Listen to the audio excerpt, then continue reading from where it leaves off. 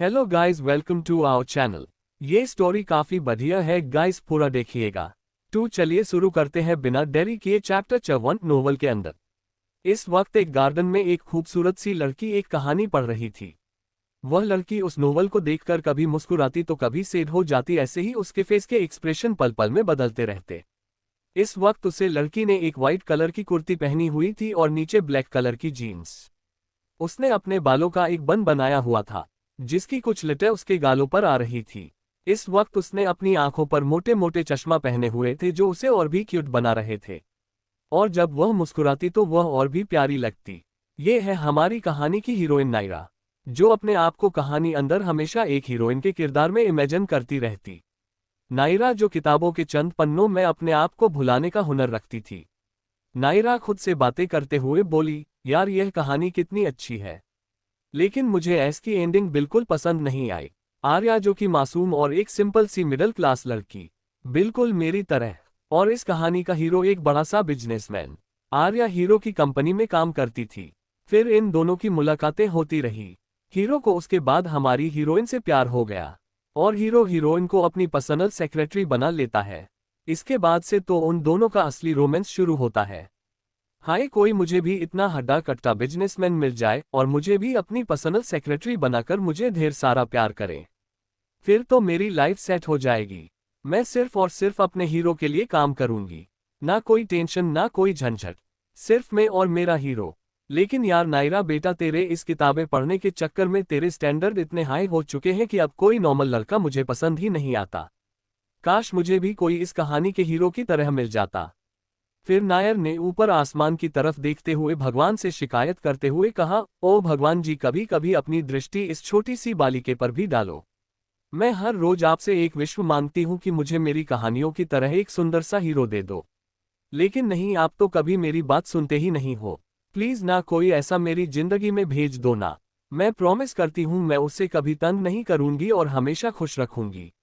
और हाँ भगवान की एक बात, और मैं अभी यह कहानी पढ़ रही थी ना, इसमें तो बेचारी हीरोइन मर जाती है, वह भी बिना शादी की ये। लेकिन प्लीज आप मेरी शादी मेरे हीरो से करवा देना, फिर मैं और मेरा हीरो मिलकर ढेर सारे बच्चे पैदा करेंगे। उद्धरण चिन्ह। इतना बोलकर नायर ने अपने दोनों हाथ अपने चेहरे पर रख दिए और वह मुस्कुरा उठी, और उसकी गोरे गाल अब पूरी तरीके से टमाटर की तरह लाल हो चुके थे। सच में इस दुनिया में जितनी भी लड़कियां कहानीपति है उनमें से किसी ने एक बार तो खुद को हीरोइन की जगह इमेजिन किया ही होगा, और उसके बाद हीरो हीरोइन के बीच जो होता है वह सब कुछ इमेजिन करते हुए खुद ही शर्माने लगती होगी। तभी नायरा की नज़र अपनी घड़ी की तरफ चली गई जिसमें अभी रात के 7:30 बजने वाले थे। नायरा ने ये देखकर हड़बड़ाते हुए खुद से कहा, अरे यार, इस कहानी के पढ़ने के चक्कर में फिर लेट हो गया। चल चल मेरा बेटा, जल्दी से अपने घर में जा और फटाफट डिनर बना, फिर तुझे अपनी दवाइयाँ भी तो लेनी है, दादी माँ के लिए टिफिन भेजना है, और बाहर वह भूखे गरीब बच्चों को भी तो खिलाना है, अपना असाइनमेंट कंप्लीट करना है, और उसके बाद एग्जाम की तैयारी करनी है, नहीं नोवेल खरीदनी है, और भी बहुत सारा काम करना है, मेरे पास तो वक्त ही नहीं है। इतना बोलकर नायरा जल्दी से किचन की तरफ गई और खाना बनाने लगी। सच में उसे बहुत अच्छा खाना बनाना आता था। उसके खाने की खुशबू घर में और बाहर हर जगह फैल गई थी। नायरा ने जल्दी से एक टिफिन बॉक्स निकाला और उसने जो खाना बनाया था वह सारा उसमें पैक कर दिया। उसके बाद उसने 3-4 प्लेट्स निकाल और उसमें थोड़ा थोड़ा खाना रखने लगी। नायर ने वह टिफिन डिलीवरी के हाथों भेज दिया था, और वह दूसरी सारी प्लेट्स लेकर बाहर बैठे हुए भूखे गरीब बच्चों को देने के लिए चली गई। बच्चे उसका हाथ का खाना खाकर बहुत खुश हो गए। नायरा जल्दी से अपने घर में आए और बर्तन धोने लगी। उसने अपना घर का सारा काम खत्म करने के बाद वह अपने कमरे की तरफ चली गई। नायरा फिर से वही किताब लेकर बैठ गई जो वह अभी कुछ घंटे पहले पढ़ रही थी। अभी उसने एक पेज पढ़ना शुरू ही किया था कि तभी उसके दरवाजे की घंटी बजी। घंटी की आवाज सुनकर नायरा ने घड़ी की तरफ देखा और खुद से बोली, रात के 11:15 इस वक्त मेरे घर में कौन आया होगा, जाकर देखती हूँ। उद्धरण चिन्ह। इतना बोलकर नायरा अपने कमरे से बाहर निकालकर दरवाजे की तरफ बढ़ने लगी।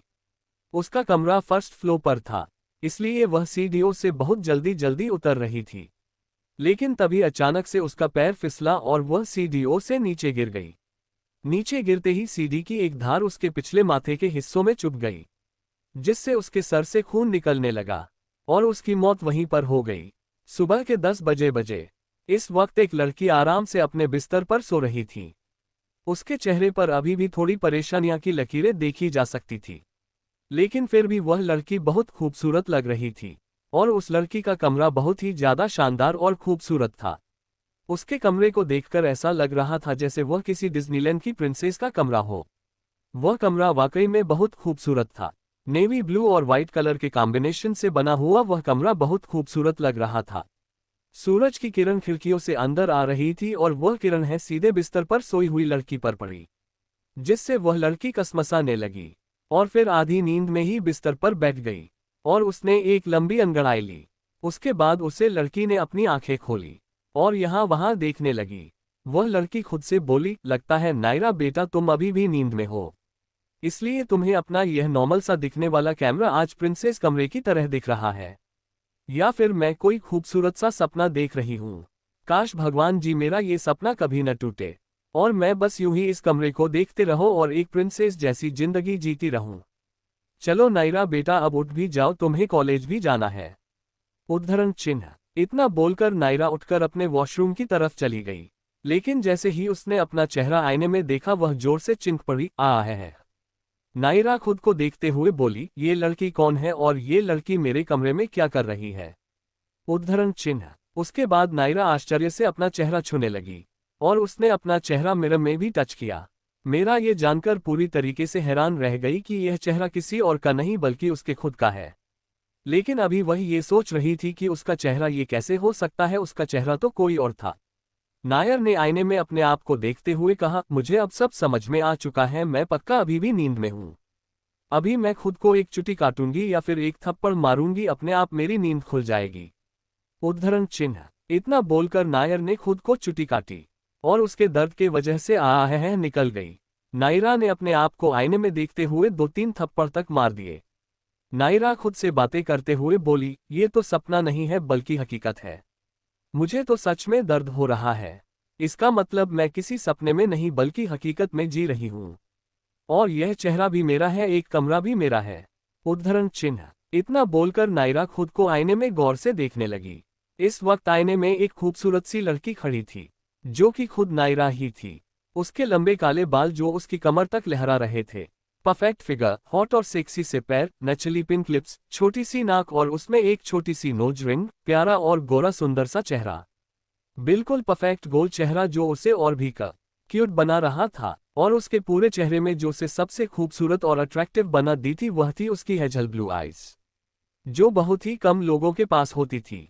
कुल मिलाकर वह लड़की बहुत बहुत बहुत खूबसूरत थी, लेकिन इस वक्त उस लड़की के सर पर पट्टी बंधी हुई थी।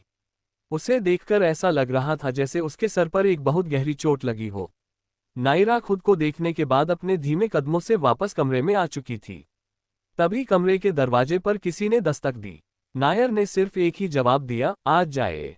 उद्धरण चिन्ह। उसके बाद उस कमरे में एक मेड आए और बड़े अदब से अपना सिर नीचे झुकाकर बोली, आरवी मैम ब्रेकफास्ट तैयार है, आप प्लीज जल्दी से नीचे आकर ब्रेकफास्ट कर लीजिए, उसके बाद आपको आपकी दवाएं भी लेनी है। उद्धरण चिन्ह। इतना कहकर वह मेड वहां से चली गई, लेकिन नायरा के दिमाग में मेड की गई हुई बातें ही घूम रही थी। आरवी मैमा, आरवी मैमा, आरवी मैमा। नायरा ने खुद से बातें करते हुए कहा, आरवी, ये नाम तो कहीं सुना सुना लग रहा है, लेकिन कहाँ सुना ये याद नहीं आ रहा। अरे हाँ याद आया, ये तो वही नाम है जो मैंने कल कहानी में पढ़ा था। ये नाम तो उस कहानी की मेनन विलेन का है। हाँ याद आया, ये वही नाम है, आरवी सहगल, इस कहानी की विलन। इसका मतलब मेरा रिबर रथ हुआ है, वह भी वह कहानी जो मैं पढ़ रही थी और उसकी विलेन के तौर पर।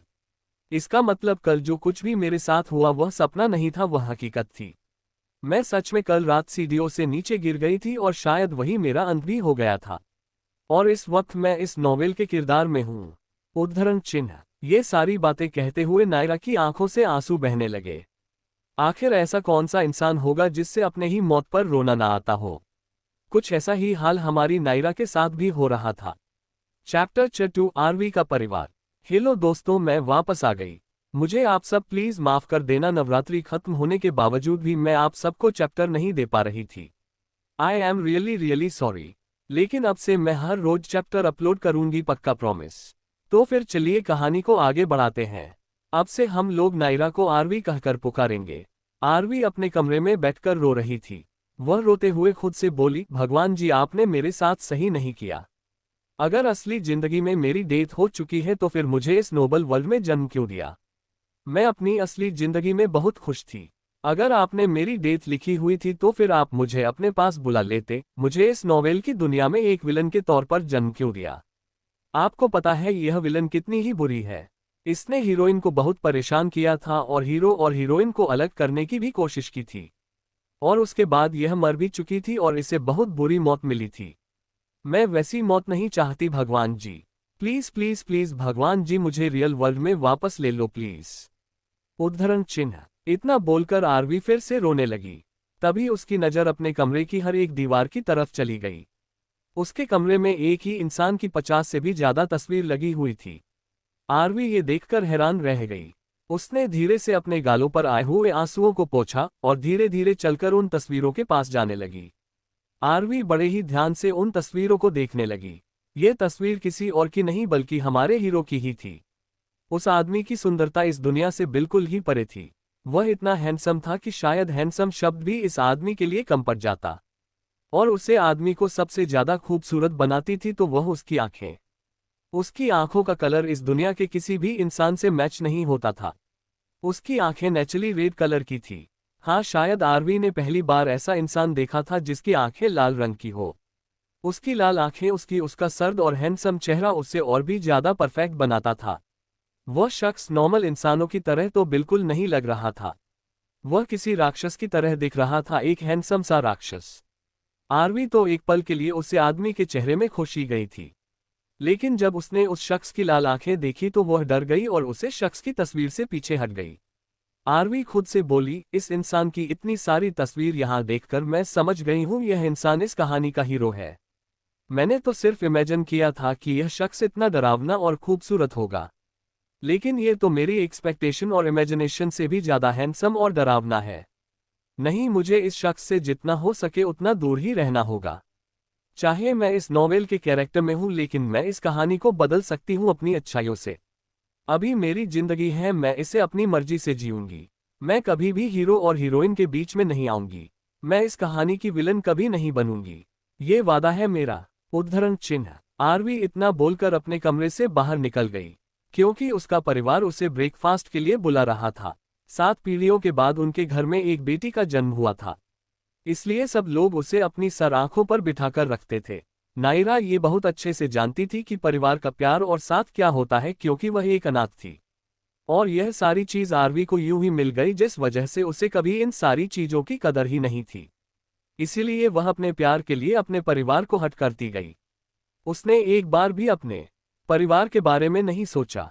उसने कभी यह नहीं सोचा कि उसकी वजह से उसके परिवार को कितनी प्रॉब्लम झेलनी पड़ सकती है। वह अपने प्यार में इस हद तक पागल थी कि उसने कभी अपने परिवार के बारे में, अपने माँ पापा और भाई के बारे में सोचा ही नहीं था। और उसे अपने कर्मों का अंजाम मिला, उससे एक बहुत बुरी मौत मिली। आरवी अभी चलकर डाइनिंग टेबल की तरफ जा ही रही थी कि तभी किसी ने उसे अपनी गोद में उठा लिया। आरवी ने जब उस इंसान की तरफ देखा तो उसके मुंह से अचानक से निकल गया, भाई। आरवी के भाई ने आरवी की तरफ देखा, क्योंकि आज उसकी बदतमीज, घमंडी और सरफिरी बहन ने 2 साल में पहली बार उसे भाई कहा था। आरवी का भाई ये देखकर इमोशनल हो गया, क्योंकि आज 2 साल बाद उसने अपनी बहन के मुंह से भाई सुना था। चलिए जानते हैं आरवी के परिवार में कौन कौन है। अरुणोदय सहगल, इनकी उम्र अभी 80 साल है। ये हमारी विलेन के दादाजी है। यह अपने पुराने दिनों में आर्मी ऑफिसर रह चुके हैं, इसलिए ये थोड़े सख्त किस्म के इंसान हैं, लेकिन अपने परिवार, अपनी बीवी और खासकर अपनी इकलौती पोती से बहुत ज्यादा प्यार करते हैं। ये दिल के बहुत अच्छे इंसान है। कोष्टक। अनसुया सहगल, उनकी उम्र अभी 75 वर्ष है। ये दिल की बहुत अच्छी इंसान है। यह अपने पुराने जमाने में एक बहुत ही प्यारी लड़की हुआ करती थी, जिसने एक पत्थर दिल इंसान को प्यार करना सिखा दिया था। यह अपने स्वभाव से बिल्कुल चंचल है। यह अपने पति, बच्चों और अपने पोती से बहुत प्यार करती है। कोष्टक। अरुणोदय और अनसुया की 3 बच्चे हैं। एकांश सहगल, इनकी उम्र अभी 55 साल है। ये बिल्कुल अपने पापा की तरह है। उनका चेहरा भी अपने पापा से ज्यादा मिलता है। स्वभाव बिल्कुल अपने पापा की तरह है, बिल्कुल सख्त, लेकिन जब यह अपनी बेटी के साथ होते हैं तब बिल्कुल बच्चे बन जाते हैं। उनकी बेटी इनके लिए उनके बेटों से भी ज्यादा इम्पोर्टेंट है। यह अपने पूरे परिवार से बहुत प्यार करते हैं। और यह सहगल इंडस्ट्री के सीईओ है। कोष्टक एकांक्षा सहगल, इनकी उम्र अभी 50 साल है। ये पैसे से एक फैशन डिजाइनर है। यह एक बहुत ही शर्मीली और शांत किस्म की इंसान है और सबसे ज्यादा प्यार अपने पति से करती है। वैसे ये अपने पूरे परिवार से भी बहुत प्यार करती है, लेकिन अपने बेटे से कुछ ज्यादा ही करती है। इनका बड़ा बेटा उनके लिए हीरा है, हीरा। कोष्टक अरुणोदय और अनसुया के दूसरे बेटे आशुतोष सहगल, इनकी उम्र 54 साल है। यह एक डॉक्टर है। इन्हें अपनी फैमिली बिजनेस में इंटरेस्ट नहीं था, इन्हें डॉक्टर बनना ज्यादा अच्छा लगता था, इसलिए डॉक्टर बने। ये बिल्कुल शांत इंसान है। वह कहते हैं ना भगवान जी के इंसान, हाँ ये बिल्कुल इनकी तरह है। यह अपने परिवार और अपने बच्चों से बहुत प्यार करते हैं, लेकिन अपनी बीवी से बहुत डरते भी है। कोष्टक आंशी सहगल, इनकी उम्र भी 50 साल है। यह एक सेफ है। उनके हाथों का खाना बहुत ही ज्यादा टेस्टी होता है। इनके मुंबई शहर में बहुत सारे रेस्टोरेंट भी है। वैसे ये दिल की बहुत अच्छी है, लेकिन गुस्सा इन्हें बहुत जल्दी आता है। ये बच्चों के लिए अच्छी है, लेकिन बुरों के लिए बहुत बुरी है। यह अपने परिवार और अपने सभी बच्चों से बहुत प्यार करती है। आरंभ सहगल, उनकी डेथ हो चुकी है। यह एक आर्मी ऑफिसर थे, लेकिन एक मिशन के दौरान उनकी डेथ हो चुकी है। यह अरुणोदय और अनसुया के तीसरे बेटे हैं। कोष्टक आरती सहगल, इनकी उम्र भी 50 साल है। ये कोर्ट में जज है। ये बहुत ही समझदार इंसान है, लेकिन अपनी पति की मौत के बाद ये बिल्कुल पत्थर हो चुकी है। यह अपने पूरे परिवार से और अपने बच्चों से बहुत प्यार करती है, लेकिन कभी किसी को जताती नहीं है। इस बात से उनके बच्चे हमेशा दुखी रहते हैं। कोष्टक चलिए अब हम सब लोग इनके भी बच्चों के बारे में जानते हैं। एकांश और एकांक्षा के 4 बच्चे हैं। कोष्टक बड़ा बेटा आदित्य सहगल, जो 23 साल का है। ये बिल्कुल अपने पापा की तरह है, बिल्कुल सख्त स्वभाव के इंसान, लेकिन अपनी बहन से बहुत प्यार करते हैं। इसे छोटा बेटा अर्णव सहगल, जिनकी उम्र अभी सिर्फ 22 साल है। यह अपनी माँ और पापा के मिक्सर है। यह अपनी बहन से सबसे ज्यादा प्यार करते हैं। तीसरे नंबर पर सबसे छोटे बच्चे हैं, और ये दोनों ही जुड़वा है। आरवी और आरव, ये दोनों ही जुड़वा है। आरव हमेशा अपनी 1 मिनट छोटी बहन को परेशान करता रहता है। अरे वह भाई ही क्या जो अपनी बहन को परेशान ना करे, लेकिन सबसे ज्यादा प्यार अपनी बहन से ही करते हैं। ये दोनों अभी सिर्फ 21 साल के हैं। चलिए आशुतोष और आंशी के बच्चों के बारे में जानते हैं। इनके 2 बच्चे हैं और दोनों ही जुड़वा है। इन्होंने इन दोनों का नाम भगवान शिव के नाम से रखा है, क्योंकि आशुतोष जी का खुद का नाम भगवान शिव से है।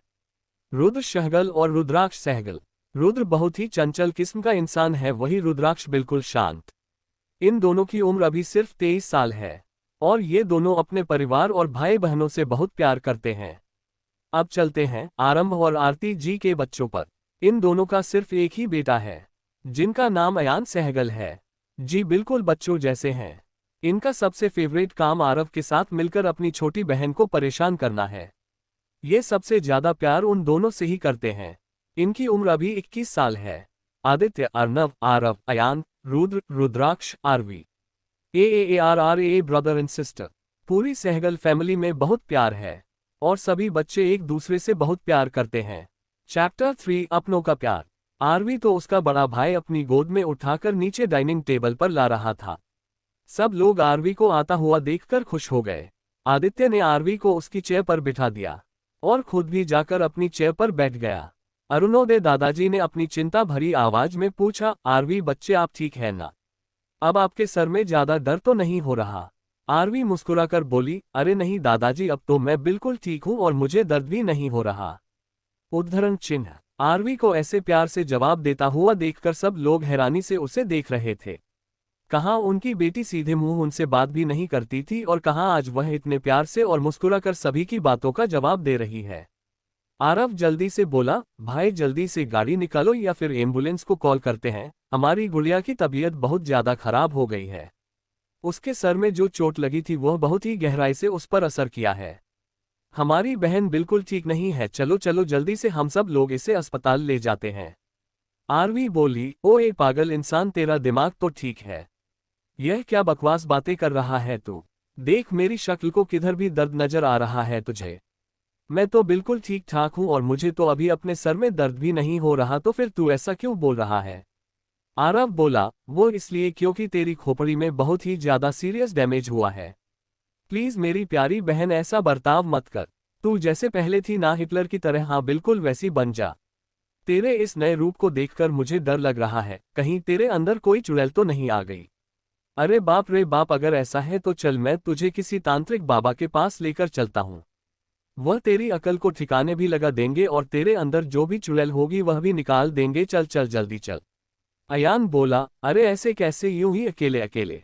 मेरे प्यारे भाई मुझे कैसे भूल गया तू? मैं भी इधर ही हूँ, हम दोनों मिलकर इस तांत्रिक बाबा के पास छोड़कर आएंगे। फिर देखना कैसे इसके अंदर की चुड़ैल निकल निकल के बाहर आती है। उद्धरण चिन्ह। आरव बोला, अरे इसके अंदर कहाँ से कोई चुड़ैल होगी, ये तो खुद चलती फिरती एक चुड़ैल है। मैं तो कहता हूँ इस चुड़ैल से तो सारी चुड़ैल और डायन की प्रजातियां को डरना चाहिए। उद्धरण चिन्ह। आरव की बात सुनकर अयान जोर जोर से हंसने लगा और उन दोनों भाइयों ने एक दूसरे को हाई फाई दी। आरवी गुस्से से बोली, ओ तुम दोनों की हिम्मत कैसे हुई मुझे चुड़ैल बोलने की? तुम दोनों यहीं रुको, अब तो मैं तुम दोनों को हकीकत में असली वाली चुड़ैल बनकर दिखाती हूँ। उद्धरण चिन्ह। आरवी ने इतना बोलकर पास ही में खड़े सर्वेंट के हाथों से झाड़ू लिया और उन दोनों की तरफ झाड़ू लेकर भागने लगी। उन दोनों ने जब आरवी को हाथों में झाड़ू लेकर अपने पास आता हुआ देखा, वह दोनों जल्दी से 9-2-11 हो गए। मेरा मतलब है अपनी डाइनिंग टेबल की चेयर से उठकर पूरे हॉल में भागने लगे। अयान और आरव आगे आगे और हमारी आरवी पीछे पीछे। वही डाइनिंग टेबल पर जितने भी लोग बैठे थे वह सब लोग यह नज़ारा देखकर जोर जोर से हंसने लगे। आंशी जी बोली, आज कितने दिनों बाद हमारे घर का माहौल इतना अच्छा है। भगवान जी करे कि हमारे घर का माहौल ऐसे ही हंसी खुशियों से भरा रहे। और आज आरवी भी कितनी बदली बदली लग रही है, ऐसा लग रहा है जैसे हमारी बचपन वाली आरवी वापस आ गई हो। उद्धरण चिन्ह। आंशी जी की बात सुनकर सबके होठों पर मुस्कान आ गई और वह सब लोग उन दिनों की तू में मैं देखने लगे। अरुणोदय दादाजी हंसते हुए बोले, मारो मारो आरवी बेटा, इन दोनों की अच्छे से खातिरदारी करना। उद्धरण चिन्ह। आरव भागते हुए बोला, दादाजी आप बहुत बुरे हो, आप बताए आप किसकी टीम में हैं, मेरी या फिर इस चुड़ैल की? उद्धरण चिन्ह। अरुणोदय दादाजी बोले, देखो भाई मैं तो अपनी पोती की टीम में हूँ। मैं उसके साथ था, मैं उसके साथ हूँ और मैं हमेशा उसके साथ ही रहूंगा। उद्धरण चिन्ह। आरवी होल के बीचों बीच जाकर आरव और अयान को मारने लगी और आरव और अयान दोनों जोर जोर से चीखने लगे। हालांकि उन्हें इतना दर्द भी नहीं हो रहा था जितना वह दोनों चीख रहे थे। अभी आरवी आरव और अयान को मार ही रही थी कि तभी अपने सर पर लगी हुई चोट की वजह से उसे चक्कर आने लगे और वह वहीं सोफे पर बैठ गई। ये देखकर पूरा परिवार घबरा गया और जल्दी से आरवी के पास आ गए। सभी लोग आरवी के आसपास इकट्ठे हो गए थे। एकांश जी की जल्दी से आरवी के पास आए और उसे अपने हाथों से पानी पिलाने लगे। आदित्य आरवी का सर सहलाते हुए बोला, आरू बच्चे तुम ठीक हो ना? क्या हुआ तुम्हें, क्या फील हो रहा है, जल्दी बोलो, मैं अभी के अभी डॉक्टर को बुलाता हूँ। उद्धरण चिन्ह। आरवी बोली, आदि भाई मैं बिल्कुल ठीक हूँ, मुझे कुछ नहीं हुआ है। वह ऐसे ही भागने की वजह से चक्कर आ गए थे और कुछ भी नहीं हुआ है मुझे। एकांश जी बोले, नहीं बिल्कुल भी नहीं, जब तक ये बात हम डॉक्टर के मुंह से नहीं सुन लेते तब तक हमें चैन नहीं आएगा। आदित्य जल्दी से डॉक्टर को फोन करो और डॉक्टर की पूरी टीम को मेंशन में आने के लिए बोलो और उनसे खाओगे 15 मिनट के अंदर अंदर वह सब लोग सहगल मेंशन में मौजूद चाहिए मुझे। उद्धरण चिन्ह। एकांश जी की बात सुनकर आदित्य ने जल्दी से अपना सिर हिलाया और डॉक्टर को फोन करने के लिए वहां से थोड़ी दूरी पर चला गया। आकांक्षा जी और आंशी जी आगे आते बोली, आप सब लोग यहाँ से हटिए, हमें हमारी बेटी को खाना खिलाने दीजिए। एक तो इसे इतनी ज्यादा चोट लगी है, ऊपर से ना ही इसने कल से कुछ खाना खाया है और ना ही अपनी दवाई ली है, इस वजह से इसे चक्कर आ रहे हैं। हम अभी इसे खाना खिला देते हैं और दवाई दे देते हैं, देखना फिर मेरी बेटी बिल्कुल ठीक हो जाएगी। उद्धरण चिन्ह। एकांश जी बोले, ठीक है तो आप एक काम कीजिए, ये थाली हमें दे दीजिए, हम अपनी बेटी को सारा खाना अपने हाथों से खिला देंगे। उद्धरण चिन्ह। अरुणोदय दादाजी बोले, बरखुरदार तुम भूल गए हो, इस घर के सबसे बड़े हम हैं, इसलिए हमारी लाडली पोती को सबसे पहले हम अपने हाथों से खाना खिलाएंगे। उद्धरण चिन्ह। आरव बोला, क्यों अरुणोदय जी, आखिर वह आपके हाथों से खाना क्यों खाएगी? भूलिए मत, वह आप ही थे जिसने इस चुड़ैल को हमें करने के लिए हमारे पीछे भगाया था। तो इस वजह से देखा जाए तो इसे चक्कर आपकी वजह से आए हैं, क्योंकि आपने इसे भगाने में मदद की थी, इसलिए आप तो दूर ही रहिए। यह मेरी ट्विन सिस्टर है, इसलिए आप सबसे ज्यादा मेरा हक बनता है, इसलिए सबसे पहले मैं अपने हाथों से खाना खिलाऊंगा। उद्धरण चिन्ह। ऐसे ही पूरा परिवार आपस में झगड़ने लगा। आखिर आरवी को सबसे पहले खाना खिलाएगा कौन? बेचारी आरवी तो सबके बीच में फंस रह गई थी। आरवी सोफे पर बैठे हुए अपने पूरे परिवार को झगड़त हुए देख रही थी। आखिर कैसे वह लोग सिर्फ उसकी एक चोट को लेकर पूरी डॉक्टर की टीम बुला रहे हैं? कैसे वह लोग सिर्फ पहला निवाला खिलाने के लिए एक दूसरे से लड़ रहे हैं? नायरा की आंखें ये देखकर नम हो गई थी, क्योंकि वह एक अनाथ लड़की थी। उसे कभी परिवार का प्यार नहीं मिला था, और आज इतने सारे लोगों को अपनी फिक्र करते हुए देखकर वह थोड़ी इमोशनल हो गई थी। नायरा अपने मन में बोली, आरवी तुम बहुत लकी थी कि तुम्हें इतना अच्छा परिवार मिला, और शायद बहुत बड़ी बेवकूफ भी थी जो तुम्हारे पास इतना सब कुछ होते हुए भी तुम्हें किसी और के प्यार की तलाश थी। आखिर कैसे तुम अपने इतने अच्छे परिवार को छोड़कर किसी और के प्यार को पाने के लिए अपने पूरे परिवार को छोड़ सकती हो? लोग सही ही कहते हैं, जिस इंसान के पास सब कुछ होता है उस इंसान को कभी उसकी कदर ही नहीं होती। लेकिन अब यह मेरा परिवार है और मैं वादा करती हूं मैं अपनी इस परिवार का कभी दिल नहीं दुखाऊंगी, और मैं सबके साथ प्यार से रहूंगी। उद्धरण। आरती जी बोली, बस अब बहुत हो गया। अगर आप सब लोग आपस में ऐसे ही लड़ते रहोगे तो बेचारी बच्ची को खाना कौन खिलाएगा? आप एक कम कीजिए, इस थाली में रखे हुए खाने का एक एक निवाला आरवी को खिलाएं। इस तरीके से बच्ची खाना भी खा लेगी और आप सबकी इच्छा भी पूरी हो जाएगी। उद्धरण चिन्ह। सभी लोगों को आरती जी की बात सही लगी, इसलिए सब लोग एक एक करके आरवी को अपने हाथों से खिलाने लगे। हाय कितना प्यारा परिवार है, काश ऐसा परिवार मेरे पास भी होता। कोष्टक। आरवी अभी सब लोगों के हाथों से खाना खा ही रही थी कि तभी उसे खांसी आने लगी, जिस वजह से पूरा परिवार परेशान हो गया और सबने एक साथ आरवी के तरफ पानी का गिलास बढ़ाया। आरवी के सामने इस वक्त पानी के 8 गिलास थे। उस बेचारी को तो समझ में ही नहीं आ रहा था कि कौन से गिलास में से पानी पिए। तभी आरती जी उसके पास आए और अपने हाथों से उसे पानी पिलाने लगी। अयान आज अपनी मां का ऐसा रूप देखकर खुश था और थोड़ा इमोशनल भी हो गया था, क्योंकि आज उसकी मां इतने सालों में पहली बार अपनी इमोशंस खुलकर दिखा रही थी। तभी डॉक्टर की पूरी टीम वहां पर आ गई थी। अरुणोदय दादाजी ने डॉक्टर की टीम में से एक लेडी डॉक्टर को आगे बुलाया और उसे आरवी को चेक करने के लिए बोला, और वह लेडी डॉक्टर आरवी को चेक करने लगी। आकांक्षा जी ने उस लेडी डॉक्टर से पूछा, डॉक्टर क्या हुआ है मेरी बेटी को? वह ठीक तो है ना? कहीं उसके सर में जो टांके लगे थे वह खुल तो नहीं गए ना? मेरी बेटी ठीक है ना? आकांक्षा जी की आवाज में अपनी बेटी को लेकर फिक्र साफ साफ नजर आ रही थी। वह लेडी डॉक्टर बोली, श्रीमती सहगल की बेटी बिल्कुल ठीक है। भूखे पेट रहने की वजह से और इतना सारा स्ट्रेस लेने की वजह से इन्हें चक्कर आ गया था। बाकी यह बिल्कुल ठीक है। और हाँ, एप्लीकेशन का ध्यान रखें कि यह ज्यादा उछल कूद न करे, वरना उनके सर के टांके खुल सकते हैं। अभी के लिए मैं इन्हें कुछ दवाएं लिख देती हूँ, बाकी आप सब लोग एक हफ्ते के बाद इन्हें अस्पताल में आकर दिखा दीजिएगा। उद्धरण चिन्ह। थोड़ी देर बाद डॉक्टर की पूरी टीम सहगल मैंशन से जा चुकी थी। अब वहां पर पूरा सहगल परिवार ही बचा हुआ था। सभी लोगों ने आरवी को अपने हाथों से खाना खिला दिया था, और अब दवाई लेने की बारी थी। एकांश जी बोले, आरू मेरा बच्चा, चलो जल्दी से दवाई खा लो, फिर मैं उसके बाद तुम्हें तुम्हारे कमरे तक छोड़ दूंगा। उद्धरण चिन्ह। आरवी दवाई को देखकर अपनी आंखों में आंसू लेकर पूरे परिवार की तरफ देखने लगी, क्योंकि उसे दवाई बिल्कुल भी नहीं पसंद थी। आदित्य आरवी के आंखों में आंसू देखकर जल्दी से उसके पास आया और उसके सर को सहलाते हुए बोला, प्रिंसेस क्या हुआ, आप रो क्यों रही हो? क्या आपके सर में फिर से दर्द हो रहा है? मैं फिर से डॉक्टर को बुलाऊं? उद्धरण चिन्ह। आरवी रोते हुए बोली, नहीं भाई, मुझे कहीं पर भी दर्द नहीं हो रहा है, लेकिन मुझे ये दवाई नहीं खानी, यह बहुत कड़वी होती है, अगर मैं इसे खाऊंगी तो मैं वोमेंट कर दूंगी, प्लीज भाया मुझे दवाई नहीं खानी। उद्धरण चिन्ह। अर्णव बोला, मेरा बच्चा, अगर तुम दवाई नहीं खाओगी तो तुम जल्दी से ठीक कैसे होगी?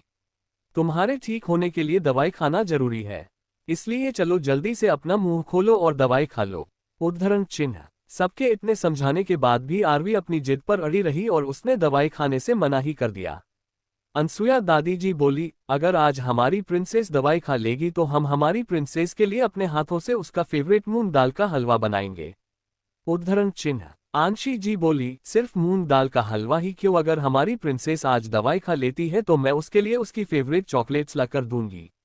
तो फिर बताओ प्रिंसेस, तुम दवाई खाओगी? उद्धरण चिन्ह। आरवी उन दोनों की बात सुनकर खुश हो गई और उन दोनों की तरफ देखते हुए बोली, क्या सच्ची में आप दोनों मुझे मूंग दाल का हलवा और चॉकलेट्स दोंगी? उद्धरण चिन्ह। आरवी की बात सुनकर दोनों ने अपना सर हमें हिलाया। उन दोनों की हामी को देखकर आरवी ने भी जल्दी से अपनी सारी दवाइयां खत्म कर दी। सब लोग ये देखकर बहुत खुश हो गए। आज सभी लोग आरवी को ऐसे देखकर बहुत बहुत बहुत ही ज्यादा खुश थे और इतने ही हैरान भी थे। आखिर उनके घर की बेटी सिर्फ 2 दिनों में कैसे इतनी बदल गई। पहले की आरवी रूड, गुस्सेल, बदतमीज, घमंडी, एरोगेंट और किसी से भी ढंग से बात नहीं करने वाली थी। और अभी की आरवी बहुत ही ज्यादा हंसमुख, प्यारी, भोली भाली, मासूम और क्यूट थी। लेकिन जो भी हो, वह हमेशा अपनी प्रिंसेस के साथ रहेंगे और हमेशा उसे ढेर सारा प्यार देंगे। आरवी गेट ब्रेकफास्ट कर लेने और दवाई लेने के बाद सभी लोग इस वक्त लिविंग हॉल में बैठे हुए थे। वही अर्नव और आदित्य दोनों ही आंखों में एक दूसरे से इशारों में आरवी को देखकर कुछ बातें कर रहे थे। आदित्य ने आरवी की तरफ देखते हुए कहा, मेरी प्यारी सी प्रिंसेस, मेरी बात सुनो। देखो मेरा बच्चा, मैं जो तुमसे कहने वाला हूं, प्लीज उसके लिए अपने भाई से नाराज मत होना। आरवी देखो, मैं चाहता हूं कि अब तुम आर्यांश को भूल जाओ। मैं ये बात बिल्कुल बर्दाश्त नहीं कर सकता कि मेरी बेस्ट फ्रेंड की वजह से मेरी अपनी बहन को कोई तकलीफ हो। मैं जानता हूं तुम्हारे लिए आर्यांश को भूलना बहुत मुश्किल होगा, लेकिन प्लीज अपने भाई के लिए, अपने परिवार के लिए आर्यांश को भूल जाओ प्लीज। आरवी अपने भाई की तरफ देखकर बोली, भाई आप मिस्टर जिंदल की वजह से मुझे क्यों प्लीज कह रहे हैं? आप सही कह रहे हैं, मिस्टर जिंदल को भूल जाना ही मेरे लिए और हमारे परिवार के लिए बेहतर होगा। मुझे समझ में आ गया है, मैं मिस्टर जिंदल से कोई प्यार नहीं करती थी, वह तो बस एक अट्रैक्शन था जो अब वक्त के साथ खत्म हो चुका है। इसलिए अब मैं मिस्टर आर्यांश जिंदल को बिल्कुल परेशान नहीं करूंगी, आप मेरी तरफ से बेफिक्र रहिए। उद्धरण चिन्ह। और अर्नव भाई, आप प्लीज मेरे कमरे से मिस्टर जिंदल की सारी तस्वीर हटवा दीजिए या फिर उन तस्वीरों को किसी डस्टबिन में इफेक्ट दीजिए। मुझे अब उनकी एक भी तस्वीर अपने कमरे में नहीं चाहिए। प्लीज आप ये काम थोड़ा जल्दी कर दीजिएगा। अभी मेरे सर में हल्का हल्का दर्द हो रहा है और अभी मैं दवाई ली है तो मुझे नींद आ रही है, इसलिए मैं अपने कमरे में सोने जा रही हूँ। ठीक है, चलती हूँ, बाय। इतना बोलकर आरवी अपने कमरे की तरफ चली गई और अपने पीछे पूरे परिवार को हैरान परेशान करके छोड़ गई थी। वही पूरा सहगल परिवार हैरानी से कभी जाती हुई आरवी को देखते तो कभी खुद को देखते। वह सब लोग बहुत ही ज्यादा हैरान थे। वह सब लोग एक पल के लिए यह मान सकते थे कि सूरज पूर्व दिशा की जगह से बदले पश्चिम दिशा से उग सकता है, लेकिन उनकी बेटी ने आर्यांश का पीछा छोड़ दिया, यह उन सभी के लिए बहुत बड़ा शौक था। चैप्टर 4, परिवार का प्यार। आरवी अब तक अपने कमरे में जा चुकी थी। वहीं नीचे हॉल में पूरा परिवार अभी तक शौक में था। उनमें से किसी को कुछ समझ में नहीं आ रहा था, यह उनकी वही बेटी है जो पिछले 20 सालों से सिर्फ एक ही इंसान के पीछे पागल थी और आज अचानक से वह बदल गई। आरव बोला, she behaves so weird. What's wrong with her? Mom dad, मैं बता रहा हूँ, इसके साथ कुछ गलत जरूर हुआ है, वरना यह सडनली इतना नहीं बदल सकती। अर्नव बोला, आरव तुम बात तो बिल्कुल सही कह रहे हो, लेकिन क्या पता हमारी प्रिंसेस को अब अकल आ गई हो। तुमने देखा नहीं कैसे उसने मुझसे कहा कि मैं आर्यांश की सारी तस्वीरें उसके कमरे से हटवाकर डस्टबिन में फेंक दूं। आदित्य बोला, मुझे तो मेरी प्रिंसेस की बहुत फिक्र हो रही है। कहीं उसके साथ कुछ बुरा तो नहीं हुआ है ना, जिस वजह से वह इस तरीके से बिहेव कर रही है, वरना वह इतनी कभी नहीं बदल सकती। नो नेवर, मैं उसका ये बदलाव मान ही नहीं सकता। अनसुया दादी उन सभी की बातों का जवाब देते हुए बोली, मेरे बच्चों, में जानती हूँ तुम सबको हमारी प्रिंसेस की बहुत फिक्र हो रही है। मुझे भी उसका ये बदला हुआ रूप थोड़ा अजीब लग रहा है, लेकिन फिर भी मैं बहुत खुश हूँ। पहले मेरी पोती कभी भी मुझसे या फिर तुम में से किसी से भी ढंग से बात नहीं करती थी, लेकिन आज उसने पहली बार हम सबसे खुलकर बात की, हम सबके साथ मुस्कुराई। कितने सालों बाद उसने हम सबके साथ खाना खाया है। मुझे नहीं पता उसका बिहेव अचानक से इतना क्यों बदल गया, लेकिन मेरी पहले वाली बच्ची से मेरी यह वाली बच्ची बहुत अच्छी है और मैं कभी नहीं चाहूंगी मेरी यह बच्ची बदल जाए। आकांक्षा जी बोली, माँ बिल्कुल सही कह रही है, मैं खुद भी यह नहीं चाहती कि मेरी बच्ची पहले वाली बन जाए। अपने बच्चों को इस तरीके से देखकर मुझे बहुत खुशी हो रही है, और अगर वह आर्यांश को भूल जाती है तो ये तो और भी अच्छी बात है। वैसे भी मैं यह नहीं चाहती कि मेरी बच्ची की वजह से जिंदल फैमिली और सहगल फैमिली के बीच में दरार आए, इसलिए मैं अपनी बच्ची का यह नया रूप देखकर बहुत खुश हूँ। अब कोई उसे इस बारे में कुछ भी बात नहीं करेगा। उद्धरण चिन्ह। आकांक्षा जी की बात सुनकर सभी ने अपना सर हमें हिला दिया। वह सब लोग जानते थे कि उनके घर की बेटी अब बदल गई है, लेकिन ये बदलाव किस चीज की वजह से था ये अब तक उन सबको पता नहीं था। ऐसे ही दिन बीतते रहे और अब आरवी भी पूरी तरीके से सहगल परिवार के रंग में रंग चुकी थी। पहले वाली आरवी से यह आरवी बिल्कुल अलग थी। ये लड़की बिल्कुल शांत रहने वाली, सबके साथ मुस्कुराते हुए बात करने वाली, सबकी मदद करने वाली, सबकी रिस्पेक्ट करने वाली, प्यारी और मासूम और थोड़ी सी चुलबुली थी। घर में सभी लोगों को आरवी का ये बदला हुआ अंदाज बहुत पसंद आ रहा था। पूरा परिवार अब पहले से भी ज्यादा उससे प्यार करने लगा था, उसकी केयर करने लगा था। उसकी छोटी से छोटी चोट पर भी वह पूरा परिवार पागल हो जाता था।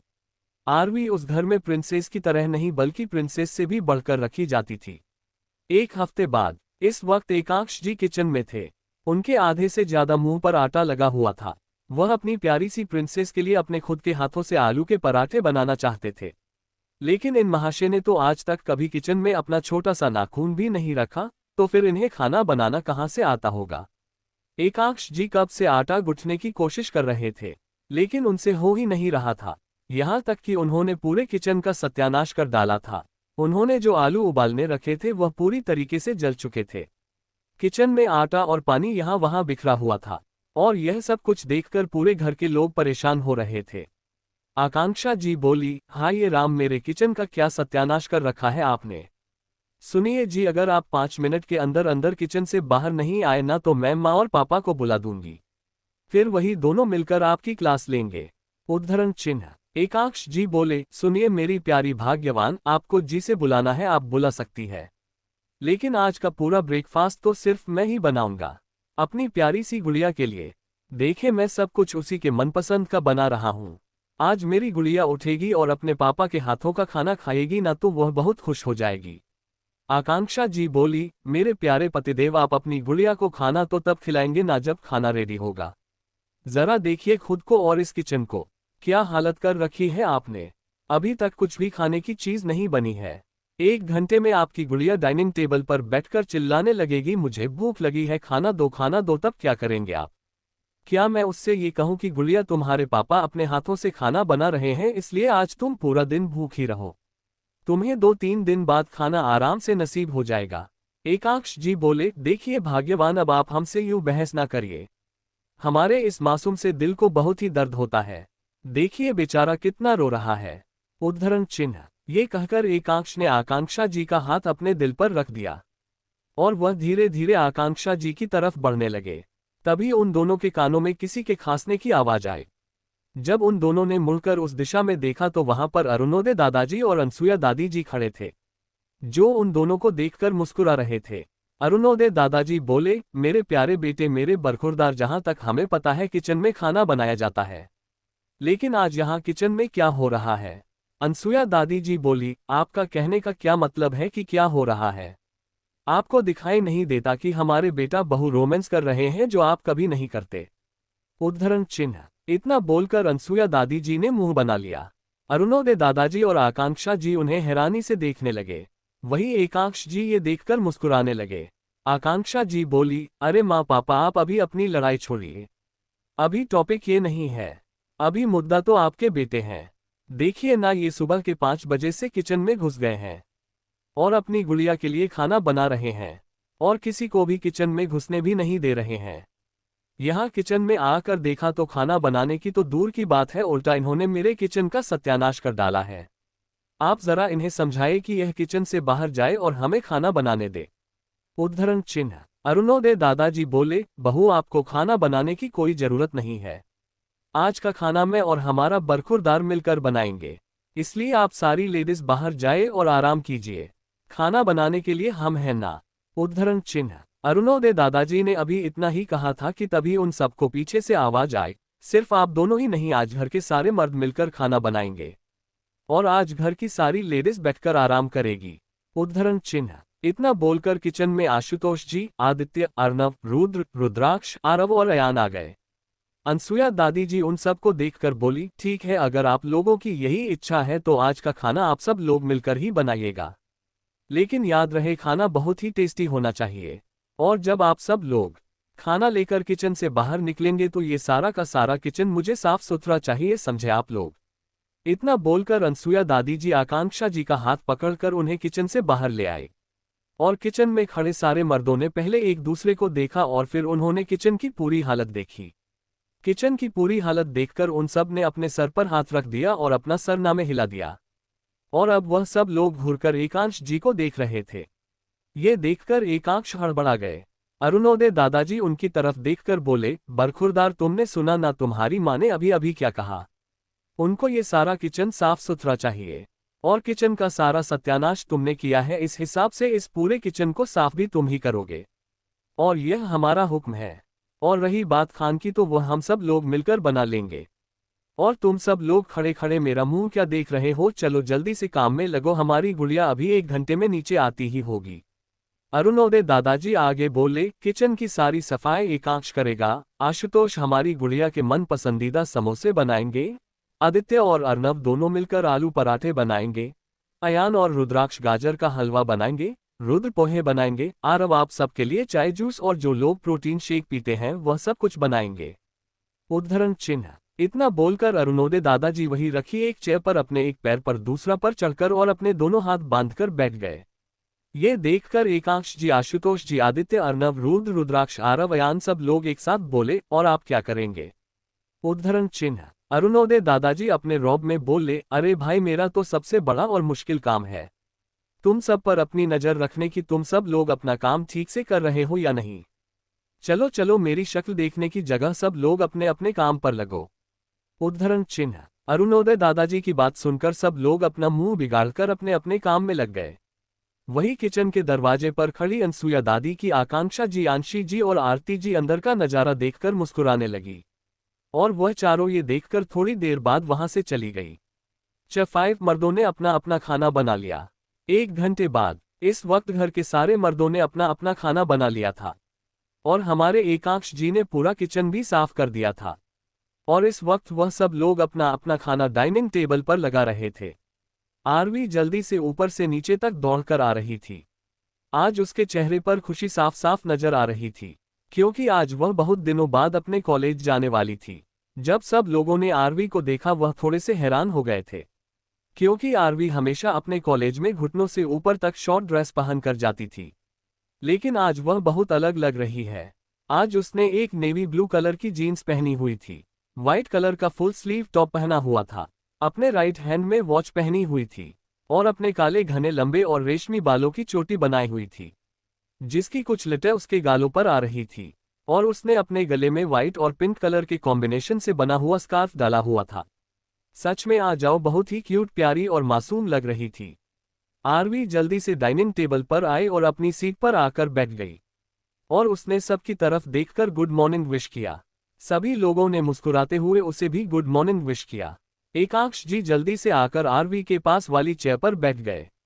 उनकी जल्दबाजी देखकर सब ने अपना सरनामे हिला दिया।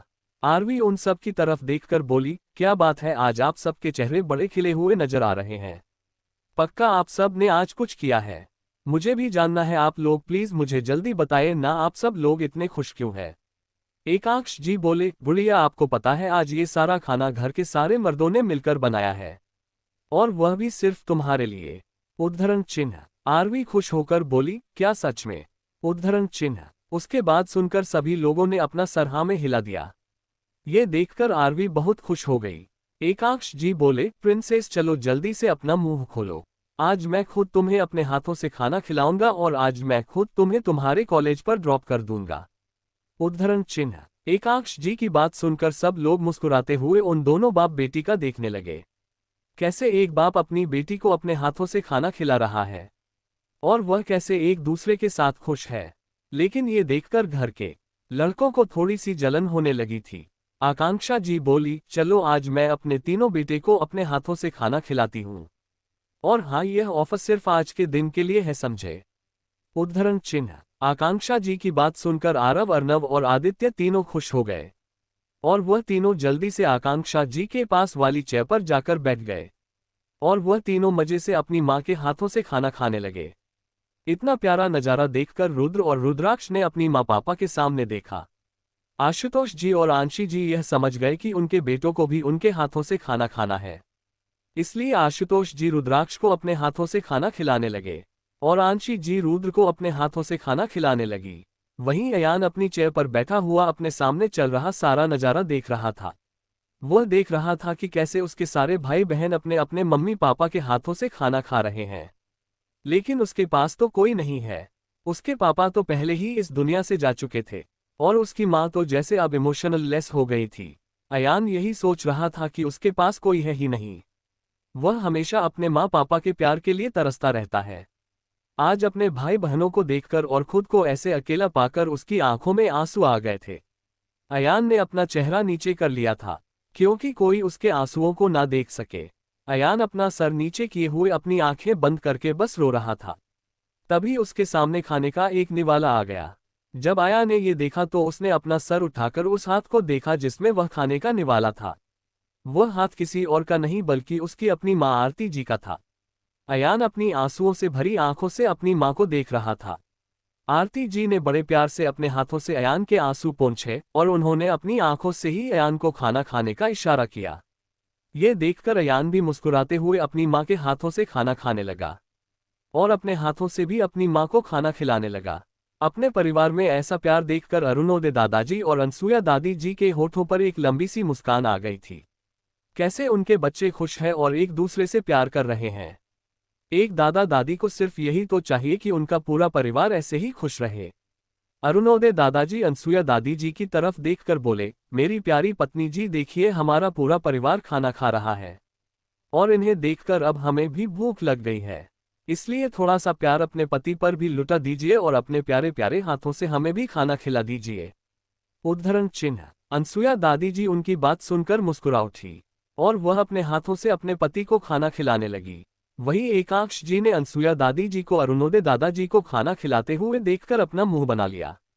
एकांश जी अपना मुंह फुलाए हुए बोले, अरे माँ ये क्या कर रही है, अपने इस खड़ूस पति को खाना क्यों खिला रही है?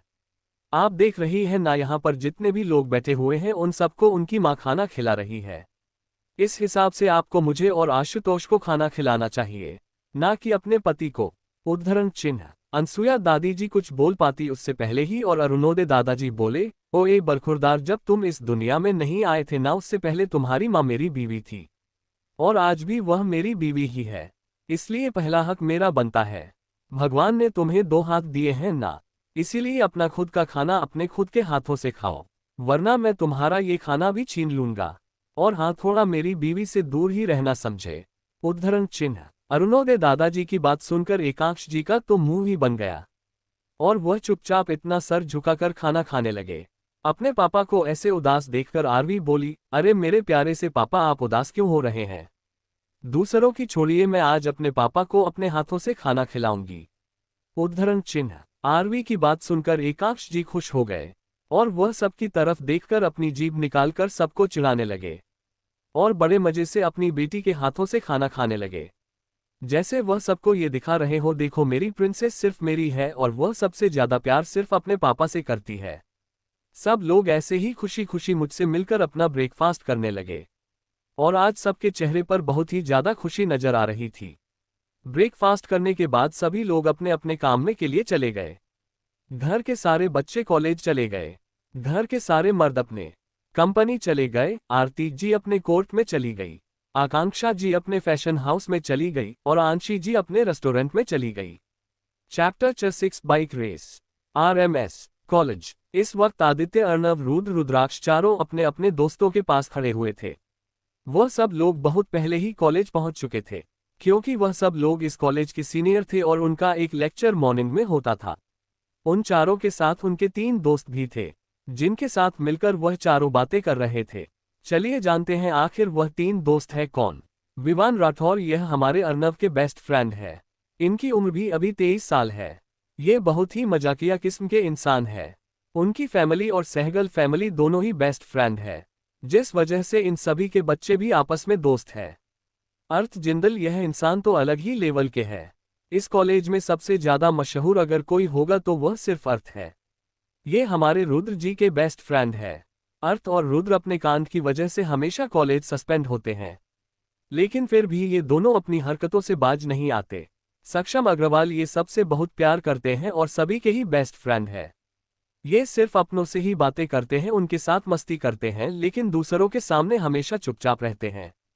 अभी वह 7 दोस्त मिलकर बातें कर ही रहे थे कि तभी उन सभी के कानों में कुछ लड़कियों की आवाज आए। पहली लड़की बोली, उफ यार, ये आर्यांश जिंदल कितना हॉट और हैंडसम है। इसकी कितनी तगड़ी बॉडी है, पूरा का पूरा माल लग रहा है। मैंने आज तक इतना हॉट और हैंडसम लड़का कभी नहीं देखा। उद्धरण चिन्ह। दूसरी लड़की बोली, हाँ मेरी जान, तुम्हारी बात तो सही है, लेकिन जितना ये हैंडसम है उतना ही यह रूड और खड़ूस भी है। अपने आसपास एक भी लड़की को भटकने नहीं देता। अगर किसी भी लड़की ने इसे छू भी लिया ना तो वह लड़की फिर कभी इस कॉलेज में दोबारा नहीं दिखती।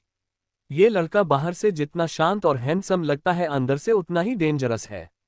उद्धरण चिन्ह। उन लड़कियों की बातें सुनकर सभी लड़कों का ध्यान उस तरफ चला गया जहां से खुद साक्षात आर्यांश जिंदल आ रहे थे। आर्यांश इस वक्त अपने ब्लैक लैम्बोर्गिनी को पार्किंग में पार्क कर रहा था। इस वक्त उसने ब्लैक कलर का पैंट, ब्लैक टी शर्ट और ब्लैक जैकेट डाला हुआ था। उसके हाथों में एक महंगी वॉच थी और उससे वॉच के अंदर डायमंड लगे हुए थे। आर्यांश के आंखों पर लगे हुए चश्मे ने उसकी लाल रंग की आंखों को ढका हुआ था और इस वक्त वह बहुत ही ज्यादा हैंडसम, डैशिंग और डेंजरस लग रहा था। उसके चेहरे पर इस वक्त कोई भी इमोशंस नहीं थे और वह सीधा चलकर अपने दोस्तों के पास आकर खड़ा हो गया। चलिए भाई, हम सब लोग अपनी कहानी के हीरो के बारे में थोड़ा जान लेते हैं।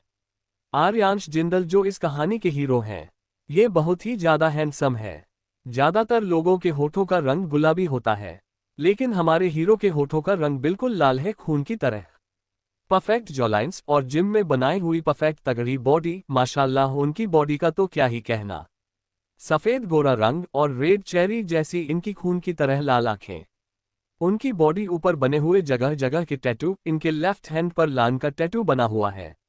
वहीं उनकी पूरी पीठ पर ड्रैगन का एक बहुत ही भयानक टैटू बना हुआ है। उनकी राइट चेस्ट पर एक ईगल का टैटू बना हुआ है। वहीं उनके गर्दन और थोड़े से बॉडी पार्ट पर और भी छोटे मोटे टैटू बने हुए हैं जो इनको बहुत ही ज्यादा भयानक लुक देते हैं। और अभी हमारे हीरो सिर्फ 23 साल के हैं। बाकी हमारे हीरो के बहुत ही ज्यादा गहरे राज है। वो सब लोग आप जब कहानी को आगे पढ़ेंगे तब आप सबको मालूम चल ही जाएगा। आर्यांश अपने सभी दोस्तों के पास जाकर खड़ा हो गया। उन सभी लोगों ने उसे हाय कहा। आर्यांश ने उनकी बातों का कोई जवाब नहीं दिया, सिर्फ अपना सिर हिला दिया और उसके सारे दोस्त आपस में बातें करने लगे और वह शांति से उन सबको सुनने लगा। वही अभी पूरा कॉलेज 5 मिनट पहले ही नॉर्मल हुआ था, क्योंकि सभी लोगों ने जब आर्यांश जिंदल को देखा था तो वह सब लोग अपनी अपनी जगह पर स्टैचू की तरह खड़े हो गए थे, क्योंकि उसका खौफ उसके पूरे कॉलेज में फैला हुआ था। 5 मिनट बाद फिर से उन सभी की नज़र कॉलेज के मेन गेट की तरफ चली गई, जहां से 3 स्पोर्ट्स बाइक फुल स्पीड में कॉलेज के अंदर आ रही थी। स्पोर्ट्स बाइक पर बैठे हुए हर शख्स पर हेलमेट लगा हुआ था, जिससे उन दोनों को कोई पहचान नहीं पा रहा था। 2 स्पोर्ट्स बाइक आगे चल रही थी, वही एक स्पोर्ट्स बाइक पीछे चल रही थी। उनको देखकर ऐसा लग रहा था जैसे उन दिनों स्पोर्ट्स बाइक में कंपटीशन चल रहा हो। जो 2 स्पोर्ट्स बाइक आगे चल रही थी उनमें से एक का कलर ब्लैक और रेड था, वहीं दूसरी का कलर ब्लैक और नेवी ब्लू था। वहीं पीछे चल रही स्पोर्ट्स बाइक का कलर पूरा ही ब्लैक था। आगे चल रही 2 स्पोर्ट्स बाइक के बीच में घमासान टक्कर चल रही थी। कोई भी एक दूसरे से पीछे नहीं था।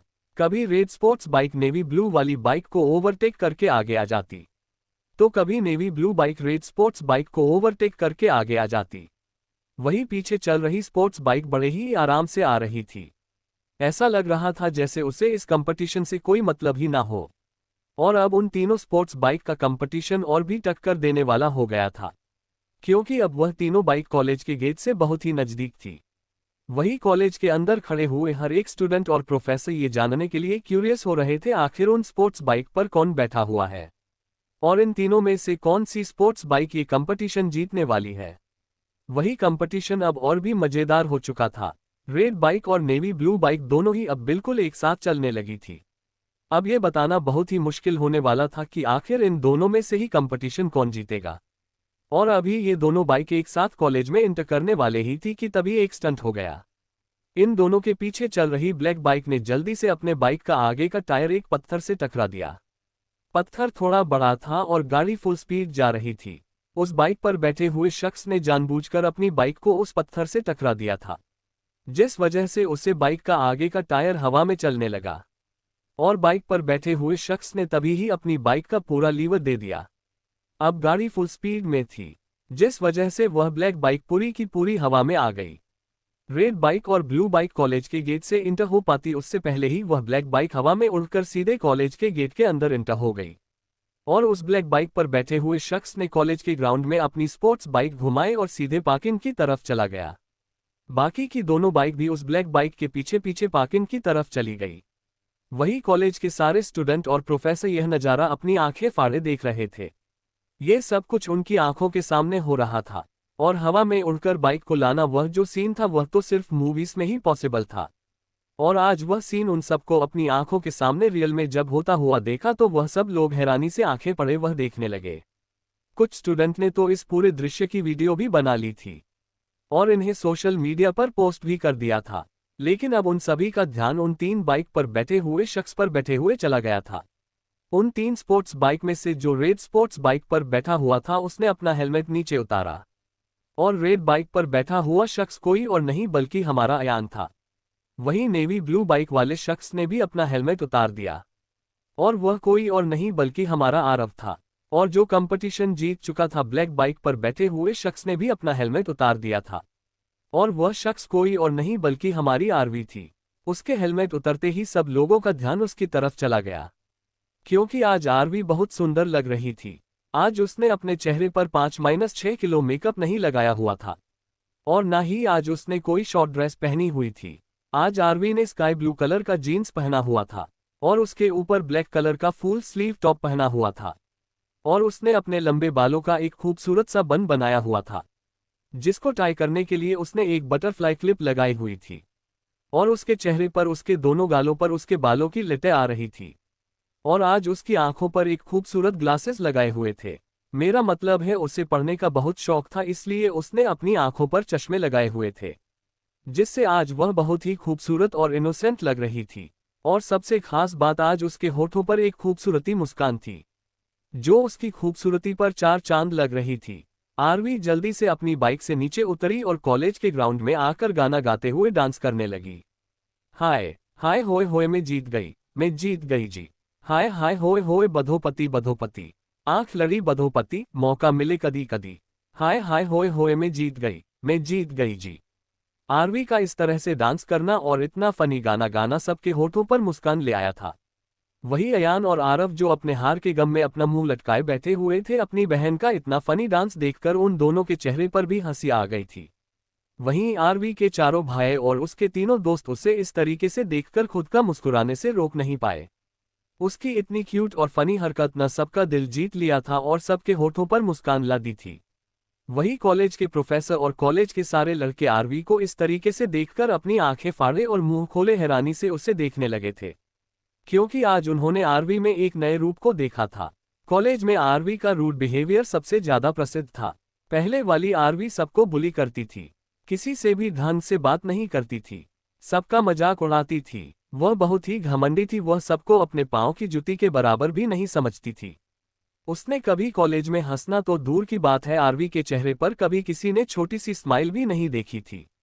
इसलिए आज जब उन सपना आरवी का इतना फनी डांस देखा और इस तरीके से मुस्कुराते हुए देखा तो वह सब लोग हैरान रह गए थे।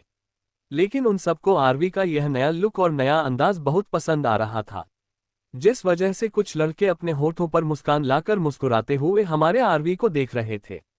वहीं उन सभी लड़कों को किसी की तीखी और लाल नज़र घूर घूर कर देख रही थी, और यह नज़रें किसी और की नहीं बल्कि हमारे आर्यांश जिंदल जी की थी, जो अपनी जान की वजह से उन सभी लड़कों को घूर के देख रहा था। उसने अपने दोनों हाथों की मुट्ठी कसकर बनाई हुई थी, और उसके चेहरे पर गुस्सा साफ नजर आ रहा था। अगर उसका बस चलता तो वह अभी के अभी उन सभी लड़कों को जान से मार डालता। लेकिन सभी का ध्यान आरवी की तरफ होने की वजह से किसी ने भी इस बात पर ध्यान नहीं दिया था। लेकिन आर्यांश के अंदर हुए इस बदलाव को हमारे आदित्य जी ने बहुत ही अच्छे तरीके से नोटिस कर लिया था, और उसके इस बदलाव से आदित्य थोड़ा हैरान भी था। वही आरवी का अब फनी डांस वह खत्म हो चुका था, इसीलिए अब आरवी ने अपना बैग लिया और मुस्कुराते हुए अपना हाथ हिलाते हुए सामने देखने लगी।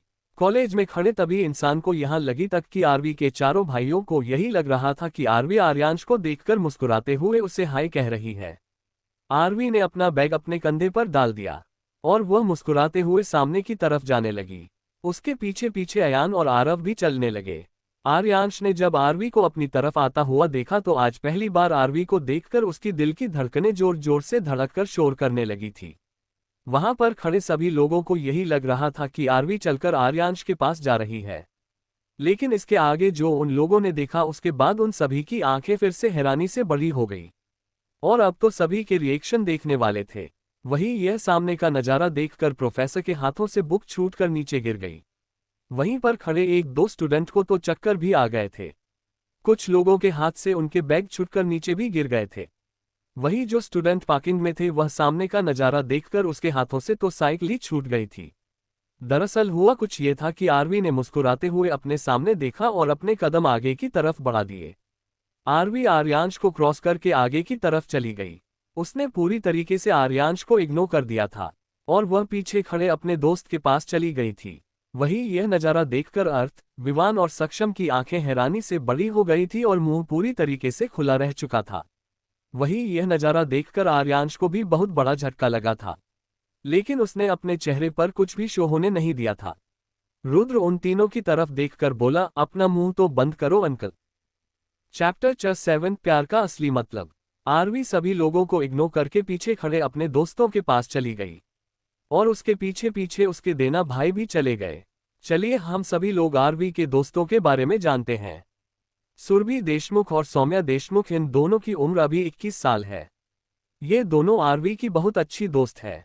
ये दोनों हमेशा उसे गलत काम करने से रोकती है और ये दोनों अपने दोस्त आरवी से बहुत प्यार भी करती है। वैसे ये दोनों बहनें हैं। निशी भारद्वाज और निशांत भारद्वाज, ये दोनों भी आरवी के बहुत अच्छे दोस्त हैं। इन दोनों की उम्र अभी 21 साल है और ये दोनों भी भाई बहन हैं। आम्या जिंदल, अंशिका जिंदल, वंश जिंदल और निशीत जिंदल, ये सारे जिंदल फैमिली के बच्चे हैं। अरे सभी लोग आरवी के बहुत अच्छे दोस्त हैं। अर्जुन कपूर और अंश कपूर, ये दोनों भी आरवी के बहुत अच्छे दोस्त हैं। सिया राठौर और देवांशी राठौर, ये दोनों भी बहन है और हमारी आरवी की बहुत अच्छी दोस्त है। और इन सभी की फैमिली आपस में बेस्ट फ्रेंड है, इसलिए इन सभी के बच्चे भी एक दूसरे के बेस्ट फ्रेंड है। ऐसे ही आरवी के फ्रेंड सर्कल में आरवी, अयान, आरव, सुरभि, सौम्या, निशी, निशांत, आम्या, अंशिका, वंश, निशित, अर्जुन, अंश, सिया और देवांशी, ऐसे 15 लोगों का ग्रुप था। आरवी आगे जाकर अपने सभी दोस्तों के पास खड़ी हो गई। उसके सभी दोस्त आरवी के पास आए और उसे एक एक करके देखने लगे। उन सभी के चेहरे पर आरवी के लिए फिक्र साफ साफ नजर आ रही थी। सौम्या ने आरवी को देखकर कहा, आरवी अब तुम ठीक हो ना? तुम्हारे सर पर चोट लगी थी, अब वह ठीक हो गई है ना? अब तुम्हें कहीं पर भी दर्द तो नहीं हो रहा?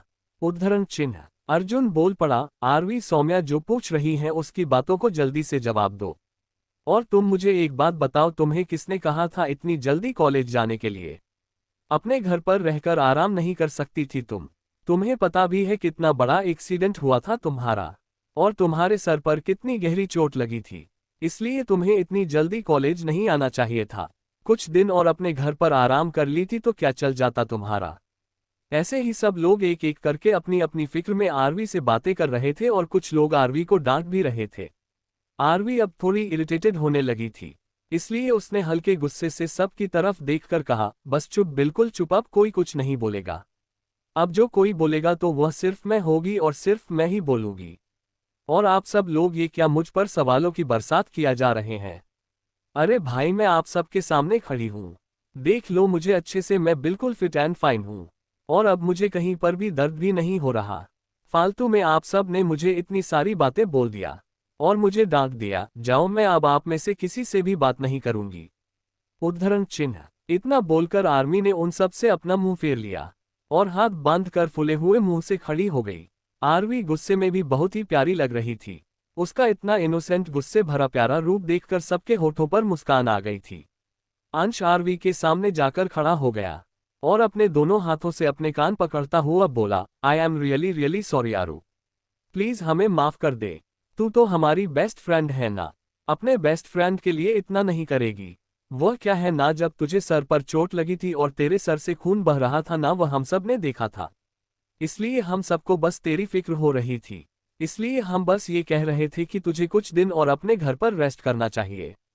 उद्धरण चिन्ह। आरवी बोली, मैं जानती हूँ तुम सब लोग मेरी बहुत फिक्र करते हो, लेकिन मैं तुम सबके सामने खड़ी हूँ, तुम सब लोग अपनी आंखों से देख सकते हो कि मैं बिल्कुल ठीक हूँ, तो फिर मैं घर पर रहकर राष्ट्र क्यों करूँ? तुम सब जिस तरीके से मुझे डांट रहे थे ना, मुझे वह बिल्कुल अच्छा नहीं लगा। उद्धरण चिन्ह। अंश उसके गालों को खींचते हुए बोला, अच्छा बाबा मेरा प्यारा सा टेडी बेयर, तू प्लीज हमें माफ कर दे, और इसके बदले में अगर तू हमें कोई पनिशमेंट देना चाहती है तो ठीक है, हम सब लोग तेरी पनिशमेंट मान भी लेंगे, पक्का प्रॉमिस। उद्धरण चिन्ह। आरवी अंश की बात सुनकर चाहते हुए बोली, सच्ची मैं तुम सबको जो चाहे वह पनिशमेंट दे सकती हूँ। उद्धरण चिन्ह। अंश फिर से उसके गालों को खींचते हुए बोला, अरे मुची मेरी जान, तू जो चाहे वह पनिशमेंट हम सबको दे सकती है। अंश के बार बार आरवी के गाल खींचने की वजह से आरवी के गाल लाल पड़ चुके थे और अब आरवी को इरिटेशन हो रही थी। आरवी अंश के हाथों से अपने गालों को छुड़वाते हुए बोली, आए अंश के बच्चे, तू मेरे गाल छोड़ वरना मेरे गाल लटक जाएंगे। सुरभि आगे आते हुए बोली, अच्छा जी, और इतनी महान ज्ञान की बातें तुझे किसने सिखाए? उद्धरण चिन्ह। आरवी बड़ी मासूमियत से बोली, अरे जैसे नाक खींचने से लंबी हो जाती है ठीक वैसे ही गाल खींचने से लटक जाते हैं, और मैं यह नहीं चाहती कि मेरी गाल लटक जाए वरना सब लोग मुझे लटके गाल वाली लड़की बोलेंगे। उद्धरण चिन्ह। आरवी की बात सुनकर उसके सारे फ्रेंड्स ठहाके मार के हंसने लगे। वहीं कुछ दूरी पर आर्यांश, आदित्य, अर्नव और उन सभी के दोस्त जो उन सभी लोगों की बातें सुन रहे थे, उन सभी लोगों ने जब आरवी की बात सुनी वह सब लोग भी हंसने लगे। लेकिन सिर्फ एक इंसान था जिसके चेहरे पर कोई भी एक्सप्रेशन नहीं थे, और वह इंसान कोई और नहीं बल्कि हमारे इस कहानी के हीरो मिस्टर आर्यांश जिंदल थे। वैसे ही वह सब लोग हंसी मजाक करते हुए अपने अपने लेक्चर अटेंड करने के लिए चले गए। 2 घंटे बाद उन सभी लोगों के लेक्चरर्स अब खत्म हो चुके थे और वह सब लोग कैंटीन की तरफ जा रहे थे। कैंटीन में पहले से ही आदित्य और अर्नव के सारे फ्रेंड्स बैठे हुए थे। आरवी और उसके फ्रेंड्स उन सभी लोगों को इग्नोर करके कैंटीन में जो सबसे बड़ी वाली टेबल थी वहां पर जाकर बैठ गए। उनके ठीक पीछे आर्यांश के दोस्त बैठे हुए थे। आरवी के सभी दोस्त उसके इस नए अवतार से हैरान थे, लेकिन वह सब लोग उसके इस नए रूप को देखकर बहुत खुश भी थे। अंशिका आरवी की तरफ देखकर बोली, आरवी क्या मैं तुमसे एक बात पूछूं? क्या तुम सच में आर्यांश भाई को भूल चुकी हो? उद्धरण चिन्ह। अंशिका की बात सुनकर आरवी के सभी दोस्त आरवी की तरफ देखने लगे और उसके जवाब का इंतजार करने लगे। वही आर्यांश के फ्रेंड सकल ने जब ये बात सुनी तो उन सभी का ध्यान आरवी के फ्रेंड ग्रुप की तरफ चला गया और वह लोग भी आरवी के जवाब का इंतजार करने लगे। आरवी अपने सभी दोस्तों की तरफ देखकर बोली, भुलाया उन्हें जाता है जब कोई इंसान हमें याद हो। हाँ, मैं ये बात मानती हूँ कि मैं मिस्टर जिंदल को बहुत परेशान किया, मैं हमेशा उनके आगे पीछे घूमती रहती थी और उन्हें परेशान करती रहती थी, लेकिन अब मुझे ये बात समझ में आ गई है, जो मेरे दिल में था वह प्यार नहीं, वह सिर्फ एक अट्रैक्शन था, और मैं सिर्फ एक अट्रैक्शन की वजह से अपनी पूरी जिंदगी तो बर्बाद नहीं कर सकती ना। अगर मैं मिस्टर जिंदल से प्यार करती होती तो शायद समझ में आता कि मुझे उन्हें नहीं भूलना चाहिए। जब मेरा एक्सीडेंट हुआ और मेरे पेरेंट्स मुझे अस्पताल ले गए और उन सभी के साथ जब तुम सब लोग थे, तुम सभी लोगों की आंखों में जो फिक्र देखी, जो एहसास देखा, मुझे तब समझ में आया कि वह प्यार है जो तुम सब लोग सच्चे दिल से मुझे करते हो। और तब मुझे एहसास हुआ कि जो मैं मिस्टर जिंदल से करती हूँ वो प्यार नहीं, वह सिर्फ एक अट्रैक्शन है। तब मुझे अपनी गलती का रियलाइजेशन हुआ और उस वक्त मैं भगवान से दुआ मांगी कि अगर वह मुझे जिंदा रहने का दूसरा मौका देंगे ना तो मैं कभी यह गलती दोबारा नहीं दोहराऊंगी।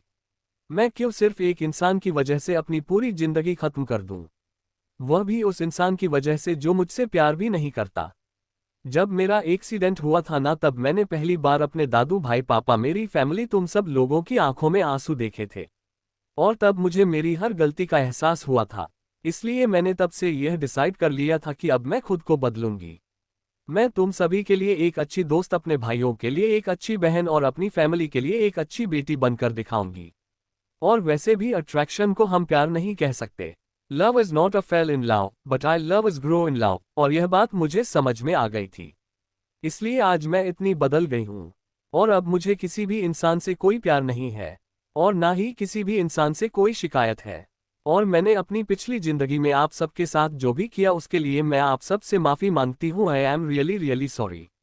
आरवी की बात सुनकर सबको बहुत खुशी हुई थी और आज उन सभी को सभी सवालों के जवाब मिल गए थे। आखिर क्यों पिछले कुछ दिनों से आरवी इतना बदल गई थी? आज उन सबको उनके सवालों के जवाब मिल गए वही आरवी की बातें सुनकर आदित्य, अर्णव, रुद्र, रुद्राक्ष, अयान, आरव उन सभी के आंखें नम हो गई थी। आज उन सबको अपनी बहन पर बहुत ही प्राउड फील हो रहा था। वही जब आर्यांश ने आरवी की बातें सुनी तो उसे बिल्कुल अच्छा नहीं लगा। उसे बहुत गुस्सा आ रहा था, उसकी आंखें आग की तरह जल रही थी और उसने अपनी दोनों हाथों की मुट्ठियां बना ली थी। ऐसे ही उन सभी का कॉलेज का पहला दिन खत्म हो गया था। कॉलेज के बाद वह सभी लोग अपने अपने घर की तरफ चले गए थे।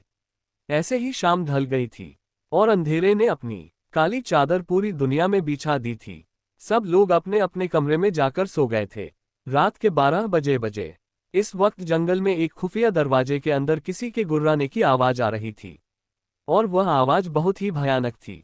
अगर कोई इंसान उसे आवाज को सुन ले तो उसे वही का वही हार्ट अटैक आ जाए। इस आवाज की डर से वहां पर जितने भी जंगली जानवर और पक्षी थे वह सब लोग दूर भाग रहे थे और काली रात में जंगल का वह सुनसान एरिया बहुत ही भयानक लग रहा था। आखिर किसकी थी वह आवाज? क्या राज है उस जंगल के खुफिया दरवाजे के? इन सभी चीज को जानने के लिए पढ़ते रहिए मेरी यह कहानी। चैत, आर्यांश इंसान या जानवर। रात के 12 बजे इस वक्त जंगल के बीचों बीच एक सुनसान जगह पर एक खुफिया महल जैसा बना हुआ था। उस खुफिया महल के अंदर किसी के गुर्राने की आवाज सुनाई दे रही थी। वह आवाज सुनकर ऐसा लग रहा था जैसे कोई जंगली जानवर बहुत बुरी तरीके से तड़प रहा हो। यह आवाज कहीं और से नहीं बल्कि महल के बेसमेंट से आ रही थी। इस वक्त महल के एक बड़े से बेसमेंट के अंदर एक आदमी को जंजीरों से बांधा गया था। उसे तकरीबन 10 बड़ी बड़ी जंजीरों से बांधा गया था, लेकिन फिर भी वह इंसान काबू में नहीं था। वहां पर खड़े हुए सारे लोग उस इंसान के डर की वजह से थर-थर कांप रहे थे, क्योंकि वह सभी लोग जानते थे अगर वह इंसान आउट ऑफ कंट्रोल हो गया तो उन सभी का जिंद बचना मुश्किल ही नहीं बल्कि नामुमकिन था। जैसे जैसे वक्त बीत रहा था जंजीर में बंधे हुए इंसान की गुर्राहटें और भी तेज हो रही थी और सबसे बड़ी बात उस इंसान की लाल आंखों में से खून बहने लगा था। जंजीरों के बंधे होने की वजह से उसके पूरे शरीर में बहुत बड़े बड़े जख्म हो चुके थे, लेकिन फिर भी वह इंसान शांत नहीं हो रहा था। तभी उस बेसमेंट का दरवाजा खुला और उसके साथ 5 लोग अंदर आ गए। उन सभी के हाथों में कुछ चीज थी जो ढकी हुई थी। उन 5 लोगों ने वहां खड़े सभी लोगों को वहां से जाने का इशारा किया और वह सब लोग अपना सर झुकाकर वहां से चले गए। वह 5 लोग धीरे धीरे करके जंजीर से बंधे हुए इंसान के सामने जाकर रुके। उन सब ने अपने हाथों में जो चीज थी वह नीचे रखी और जल्दी से दौड़कर बेसमेंट से बाहर चले गए और उन्होंने बेसमेंट का दरवाजा लॉक कर दिया। वह 5 लोग बेसमेंट की एक खिड़की से बेसमेंट के अंदर चल रहे नज़ारे को देखने लगे। वही जो इंसान जंजीरों से बेसमेंट के अंदर बांधा हुआ था वह अपने सामने रखी हुई चीजों को देखकर अब थोड़ा पागल होने लगा था। वह अपने शरीर को जोर जोर से हिलाने लगा ताकि वह जंजीरों से छूट सके। आखिरकार उसने अपना सारा दम लगाकर उन 10 जंजीरों को अपने हाथों से ही तोड़ दिया और वह इंसान जल्दी से उसके सामने रखी हुई चीजों के पास जाकर उन्हें बड़े ही गंदे तरीके से खाने लगा। वही जो 5 लोग खिड़की से यह सारा नज़ारा देख रहे थे उनमें से एक इंसान को तो अपने सामने का नज़ारा देखकर उल्टी हो गई, क्योंकि वह नज़ारा सच में बहुत ही भयानक नज़ारा था। वही बाकी खड़े हुए लोगों ने यह नज़र देखकर अपनी अपनी आंखें बंद कर दी, क्योंकि वह लोग भी इस नज़ारे को बर्दाश्त नहीं कर सकते थे। आधे घंटे बाद बेसमेंट के अंदर जो इंसान था उसने अपने सामने रखी हुई सारी चीजों को खा लिया था और फिलहाल बेसमेंट पूरी तरीके से खून के लाल रंग में रंग चुका था और जंजीरों में जो इंसान बांधा हुआ था अब वह बेहोश हो चुका था। वही यह सारा नज़ारा 5 लोग जो खिड़की से देख रहे थे वह सब लोग बेसमेंट के अंदर आ गए और उन्होंने जमीन पर बेहोश इंसान का कर अपनी गोद में लिया और अपनी आंखों में आंसू लेकर जमीन पर पड़े हुए बेहोश इंसान का कर सहलाने लगे। उन 5 लोगों में से एक इंसान बोला, पापा प्लीज आप शांत हो जाए। अगर आप ही ऐसे रोएंगे तो आर्यांश को कौन संभालेगा। अब जानते हैं ना, जब कल सुबह वोट कर अपनी हालत देखेगी तो उसके दिल पर क्या बीतेगी। चलिए जानते हैं आखिर ये 5 लोग हैं कौन। जो इंसान अभी सब कुछ बोल रहा था वह कोई और नहीं बल्कि आर्यांश जिंदल का बड़ा भाई आदर्श जिंदल था। इनकी उम्र अभी 26 साल है। अरे अपने स्वभाव सुशांत और बहुत ही मेच्योर के इंसान है। वही जो दूसरे इंसान है वह आर्यांश जिंदल के पापा अर्पण जिंदल है। इनकी उम्र अभी 65 वर्ष है। यह अपने घर के सभी बच्चों से बहुत प्यार करते हैं और बहुत ही खुशमिजाज इंसान है। वहीं उन 5 में से दूसरे 2 लोग थे वह आदर्श और आर्यांश के बेस्ट फ्रेंड है। अभिनील और हर्षील ये दोनों अनाथ है और साथ में हमारे हीरो के सिक्योरिटी गार्ड भी है। वही जो 5वां इंसान है वह डॉक्टर सचिन है। सचिन जी एक डॉक्टर होने के साथ एक साइंटिस्ट भी है। इनके सफेद बाल इनकी एक्सपीरियंस की कहानी कहते हैं। आदर्श डॉक्टर सचिन की तरफ देखकर बोला, डॉक्टर आखिर आर्यांश के साथ यह सब कुछ कब तक चलेगा? आखिर कब तक ऐसे जानवरों की तरह रहेगा? डॉक्टर सचिन बोले, आदर्श ये बात तुम अच्छे से जानते हो, आर्यांश दूसरे इंसानों की तरह नहीं है। वह तुमसे मुझे इनफैक्ट वह सारी इंसान की जाति से ही अलग है। जैसे नॉर्मल इंसान को जिंदा रहने के लिए खाना पीना जरूरी है, ठीक वैसे ही आर्यांश को जिंदा रहने के लिए इंसान और जानवरों का मांस और खून की जरूरत है। आर्यांश नॉर्मल नहीं है और यह बात तुम सब लोग जानते हो, फिर भी तुम ऐसा सवाल मुझसे कैसे कर सकते हो आदर्श? उद्धरण चिन्ह। आदर्श बोला, आर्यांश नॉर्मल नहीं है इसका मतलब ये तो नहीं ना हम सिर्फ हाथ पर हाथ धरे बैठे रहे। आप तो इतने बड़े डॉक्टर और साइंटिस्ट हैं, आप मेरे भाई का इलाज कीजिए ना। और जानते भी है इतना सब कुछ करने के बाद आर्यांश की कितनी बुरी हालत हो जाती है, उसे कितना दर्द सहना पड़ता है। डॉक्टर सचिन बोले, आदर्श मैं मानता हूं कि तुम्हें आर्यांश की फिक्र है, लेकिन तुम भी एक बात अच्छे से जान लो, आर्यांश अभी जो दर्द सह रहा है उससे लाख गुना ज्यादा जब उसकी थेरेपी होगी तब उसे दर्द सहना होगा। और इसमें मैं या फिर दुनिया का कोई भी साइंटिस्ट कुछ भी नहीं कर सकता। उद्धरण चिन्ह। अर्पण जी बोले, बस अब कोई कुछ भी नहीं बोलेगा। डॉक्टर सचिन जल्दी से मेरे बेटे के घाव पर दवाइयां लगाए। हम अभी और इसी वक्त आर्यांश को अस्पताल लेकर जा रहे हैं और अब मुझे आगे इस बारे में कोई भी बहस नहीं करनी। अभिनव और हर्षील तुम दोनों यहां से यह सारा खून साफ करवाओ। और आदर्श तुम जल्दी से गाड़ी निकालो, हम अभी ऐसे लेकर अस्पताल जा रहे हैं। अर्पण जी की बात सुनकर सभी ने अपना सर हाँ में हिला दिया। अर्पण जी और सचिन जी बाकी बॉडीगार्ड्स के साथ मिलकर आर्यांश को गाड़ी की तरफ ले जा रहे थे। आदर्श भी उन सभी के पीछे पीछे जाने लगा, लेकिन तभी अभिनील ने उसका हाथ पकड़ लिया। अभिनील आदर्श की तरफ देखकर बोला, आदर्श हमें तुझसे एक बहुत जरूरी बात करनी है और यह बात आर्यांश के लिए बहुत जरूरी है। उद्धरण चिन्ह। आदर्श उन दोनों की तरफ देखकर बोला, क्या बात है, तुम दोनों इतने परेशान क्यों लग रहे हो? उद्धरण चिन्ह। हर्षिल आदर्श को सारी बात बताते हुए बोला, आदर्श बात यह है कि न्यूयॉर्क की खतरनाक गैंग ने अब अपनी नजर आर्यांश की तरफ कर दी है। आर्यांश के साथ बाकी के जो 3 लोग बचे हुए थे वह सभी लोग मर चुके हैं। अब इस पूरी दुनिया में सिर्फ आर्यांश बचा हुआ है, इसीलिए आप सभी लोगों की नज़र सिर्फ और सिर्फ आर्यांश की तरफ है। आर्यांश को अपने जाल में फंसाने के लिए उन लोगों ने न्यूयॉर्क से अपना एक खास आदमी यहाँ इंडिया में भेजा है। उद्धरण चिन्ह। आदर्श उन दोनों की तरफ देखकर बोला, क्या तुम दोनों ने उस खास आदमी की डिटेल्स निकालने की कोशिश की? उद्धरण चिन्ह। हर्षील बोला, हाँ आदर्श, हमने उस आदमी की डिटेल्स निकालने की पूरी कोशिश की, लेकिन अफसोस वह आदमी हमारी पकड़ से भाग निकला। न्यूयॉर्क वालों ने जिस किसी भी इंसान को भेजा है वह बहुत ही ज्यादा शातिर है। हम चाहे जितनी भी कोशिश कर ले उसे पकड़ने की, वह कभी हमारी पकड़ में आता ही नहीं है। आदर्श उन दोनों की तरफ देखकर बोला, चाहे जो कुछ भी हो जाए तुम दोनों उस आदमी को पकड़ने की कोशिश करो। वह आदमी हमारे पकड़ में आना बहुत जरूरी है, लेकिन फिलहाल हमें आर्यांश की सेफ्टी के लिए अस्पताल जाना चाहिए। उद्धरण चिन्ह। आदर्श की बात सुनकर और दोनों ने अपनी सहमति जता दी और आदत गाड़ी लेकर अस्पताल की तरफ चला गया। चलिए जानते हैं आखिर बेसमेंट में ऐसा क्या हुआ था। जंजीरों में जिस इंसान को बांधा गया था वह इंसान कोई और नहीं बल्कि खुद आर्यांश जिंदल था। आर्यांश के बहुत बड़े बड़े राज थे। इनमें से एक राज ये भी था कि आर्यांश को जिंदा रहने के लिए मांस और खून की जरूरत पड़ती है, लेकिन जिस वक्त वह उसे ना मिले वह पूरी तरीके से अपना आपा खो बैठता है और वह बिल्कुल बेकाबू हो जाता है। आर्यांश जब अपना आपा खो बैठता है तो अपने सामने खड़े किसी भी जिंदा इंसान को मारकर उसका मांस खाने लगता है।